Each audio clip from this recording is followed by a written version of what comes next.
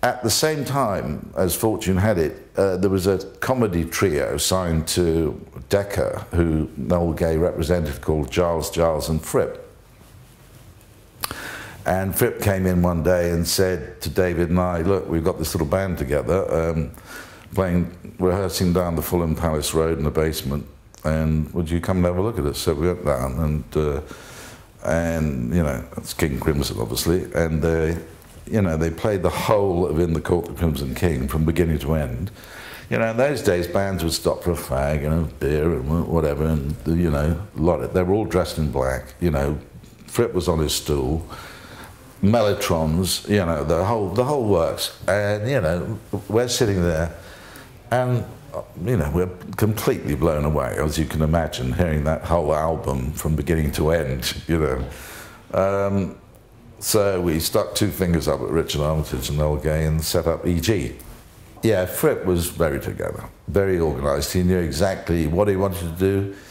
He sort of told us the deal we were going to do with him, and he said, look, we'll do a 70-30 split, a 70-30 split of the costs and all the expenses, whether it be staging, touring, whatever it is, and all the profits. So we get 30%, band gets 70%, which was pretty novel in those days. I don't know where he learned it. He's just a very bright, cerebral character.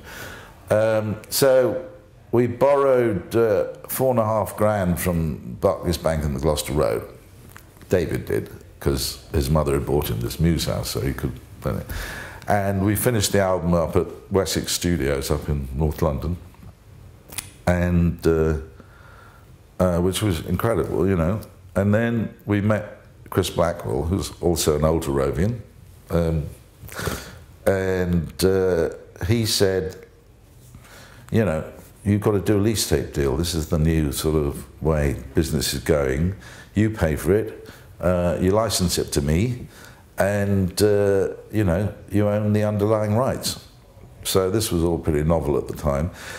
By this time, you know, we knew Chris and Wright and Terry Ellis, and they had a flat, or Chris did, above Safeways in the King's Road. We used to go and smoke dope with them, you know, and get out of it, you know. So we were all sort of starting at the same time. So we borrowed the money, finished the album, did a lease tape deal with Chris for the world, excluding North America. And David and I sort of fly off to New York with the album cover, which was a killer, you know, obviously. And we met with Jack Holtzman, with Ahmed Ertegun, Mo Austin. But the main players, you know, they're all whining and dining us and wanting to sign the deal. And eventually we agreed $100,000, and it was, I can't remember what the royalty was, but he said, Ahmed said, and Ahmed was, you know, Mr. Charler, and he was the coolest of them all. So we obviously were going to go that way, and he had a great label, obviously. And he said, oh, I'll pay you 12% or 14% or whatever it was of retail. And he said, you mustn't tell anybody because I've only paid Aretha Franklin this much, no one else gets, you know, usual story. I'm sure that's happened hundreds of times before. And I remember David and I, we'd signed, you know, we got the $100,000, we jumped in the lake in Central Park, and we were off and running, you know, this was it.